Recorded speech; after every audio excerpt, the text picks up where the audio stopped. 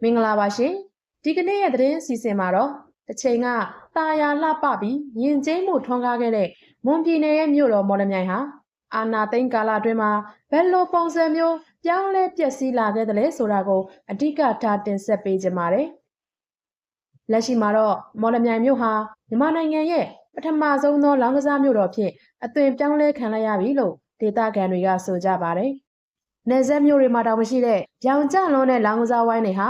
မြို့လေကောင်လမ်းမတွေထက်မှနေရာယူလာခဲ့ပါပြီ။ဒီချိန်တွေဘယ်ကစခဲ့သလဲ။ဘယ်သူတွေကနောက်ွယ်ကကြိုးကင်နေသလဲဆိုတာကိုအခုလိုပဲစူးစီးတင်ဆက်ပေးလိုက်ပါတယ်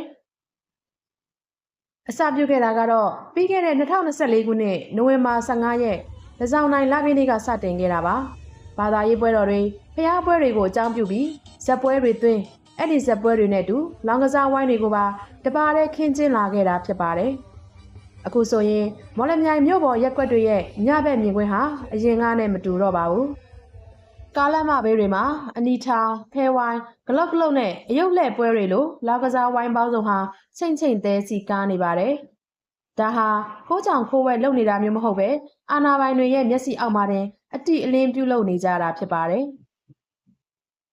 မော်လမြိုင်မြို့ကန်လူမှုကူညီရေးသမားတအုပ်ကတော့ဒီအချိန်တွေကိုအခုလိုပဲသုံးသပ်ပြပါတယ်။မြဝတီတို့ဖျားသုံးစုတို့လိုနယ်စပ်မြို့တွေမှာတောင်မြို့လေကောင်မှာဒီလောက်ပြောင်ကျကျလောင်းကစားဝိုင်းမရှိပါဘူး။မော်လမြိုင်လိုပြည်နယ်မြို့တော်တစ်ခုကကားလမ်းဘေးမှာအော်တိုက်နေကြတာဟာတော်တော်လေးရုပ်ဆိုးအကြီးတန်းနဲ့မြင်ကွင်းမှာလို့ဆိုပါတယ်။ဒီကိစ္စရဲ့တရားခံအဖြစ်ဒေသခံတွေကလက်ညှိုးထိုးနေတာကတော့စစ်ကောင်စီခန့်မွန်ပြည်နယ်ဝန်ကြီးချုပ်ဦးအောင်ကြည်သိန်းနဲ့အပေါင်းပါတစုကိုပါပဲ။သူတို့ဟာလောင်းကစားဝိုင်းတွေစီကနေလိုင်းကျေးယူပြီးခွင့်ပြုထားသလိုဒီကွန်ရက်ဟာမော်လမြိုင်မြို့တစ်ခုတည်းမဟုတ်ပဲကြိုက်မရောချောင်းစုံပေါင်မှုတော်တန်ဖြူစရက်နဲ့တထုံမြို့တွေထိပါပြန့်နှံ့နေပြီလို့သိရပါတယ်။ဒီအခြေအနေစိုးကိုတားဆီးမဲ့သူရှိပါသလားအဖြေကတော့မရှိပါအသက်55နှစ်အရွယ်မြို့ကန်တဦးက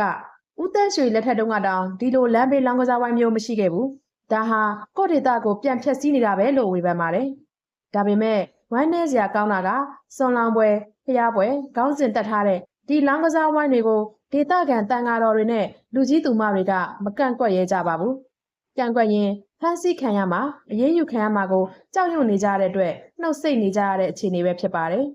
။ခြုံငုံသုံးသပ်ရရင်တော့တစ်ချိန်ကငိမ့်ချမ်းပြီးတာယာခဲ့တဲ့မော်လမြိုင်မြို့ဟာအခုချိန်မှာတော့အာဏာပိုင်တွေရဲ့ကိုကြိုးစည်းပွားရှာမှုကြောင့်လောင်းကစားဝိုင်းတွေရဲ့အချက်ချနေရာဖြစ်ကိုရောက်ရှိသွားခဲ့ပါပြီ။ဒီအကျိုးဆက်ဟာနောင်လာမဲ့လူငယ်မျိုးဆက်တွေတဲ့အန္တရာယ်ကြီးမားတဲ့လူမှုရေးပြဿနာတစ်ရပ်ဖြစ်လာနိုင်ွယ်ရှိနေပါတယ်ရှင်။